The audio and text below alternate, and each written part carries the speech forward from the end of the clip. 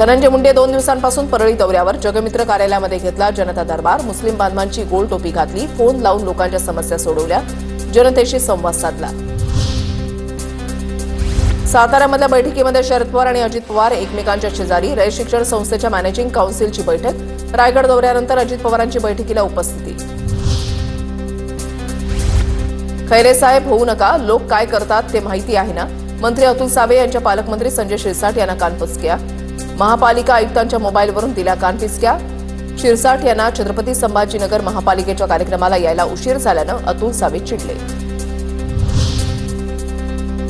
आम्ही पक्षाचे लोक फोडतो तसं तुम्ही विद्यार्थी फोडले पाहिजेत. जिल्हा परिषद शाळांमध्ये विद्यार्थ्यांची संख्या वाढावी हे सांगताना मंत्री गुलाबराव पाटलांचं वक्तव्य.